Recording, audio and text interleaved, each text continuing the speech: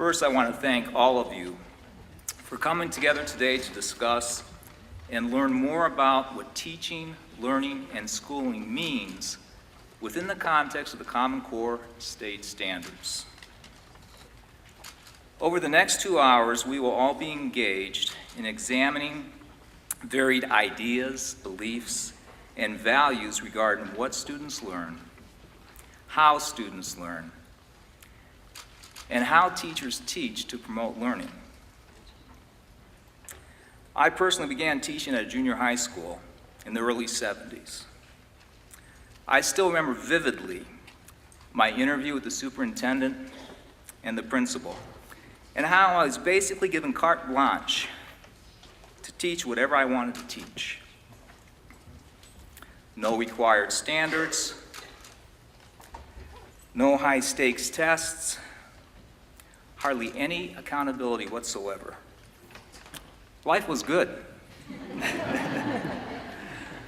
Obviously, that worked out so well, and I did such a great job, that it was decided that we really did need some standards and methods of accountability. To truly understand the purpose and intent of the Common Core standards, it is important to put this initiative within a historical context. Through the 1960s and 70s, we thought our educational system was the best in the world. Then in 1983, Ronald Reagan's National Commission on Excellence in Education came out with a report. Some of you might remember this. It was entitled "A Nation at Risk." This report stated that our schools were failing and we were no longer number one.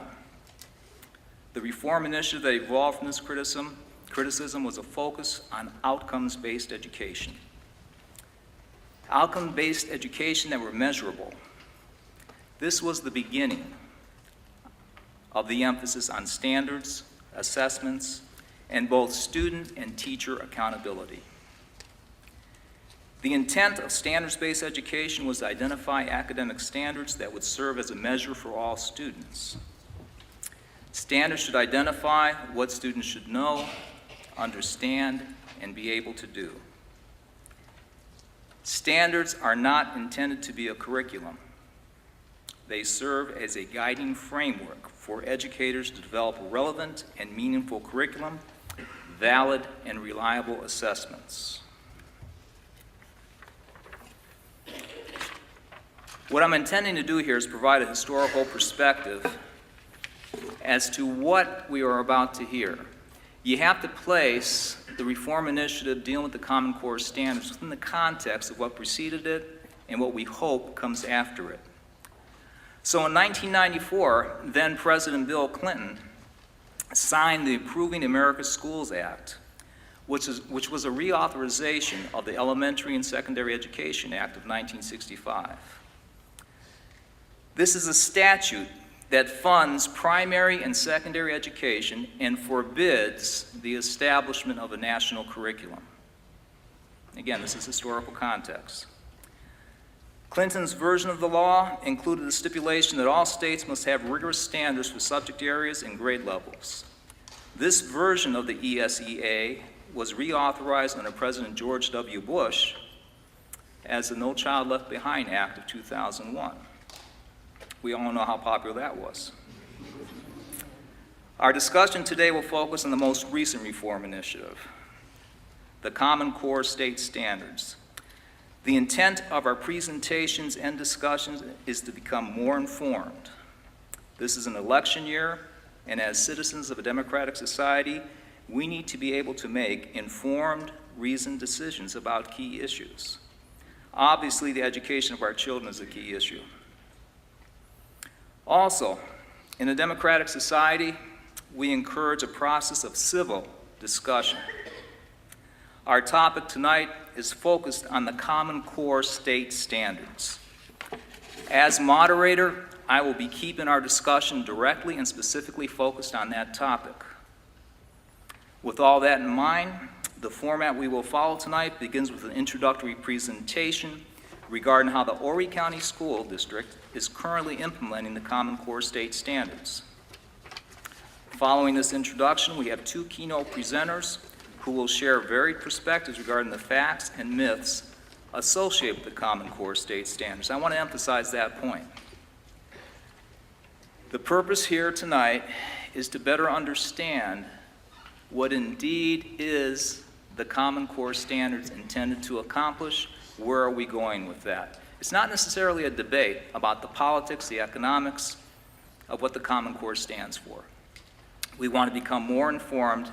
If we leave here today with a better understanding of the truth about the Common Core state standards and what it's intended to accomplish, we've done our purpose and our goal. After we have this brief orientation introduction, then our keynote presenters and a panel of experts will respond to audience questions. We have two keynote presenters with us today. It's in your pamphlet, the biographies, but as we invite them up to the stage to give their presentation, I'll provide a little bit more insight as to who they are and what their topic is. A panel of experts will also be available once we've listened to the two keynote presenters to respond to audience questions. Now, the way we're going to conduct that, again, the ground rules for this, and we're going to get to the audience participation part as soon as possible. Each keynote presenter is limited to about 15-20 minutes because we know that there are a lot of questions that you want to ask. We will have two of our, what do they want me to call them? Ladies of Spadoni or the GA Mafia. They're floating between that. They will be running through the audience. If you have a question to ask, if you would come out to the aisle, they will hold the mic up for you and you can ask any question that is within reason related to the Common Core state standards. Okay, having said that, first up is our general orientation to the Common Core, and this will be provided by Cynthia Ambrose. She has been a teacher, assistant principal, and district administrator in public schools in South Carolina for 28 years.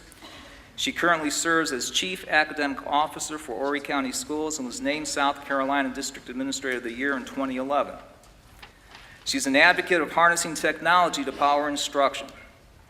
Ms. Ambrose and her team are currently working to roll out a personalized digital learning initiative focusing on utilizing a blended learning model to personalize instruction for the district's 40,500 students. That being said, I'd like to introduce Ms. Cynthia Ambrose.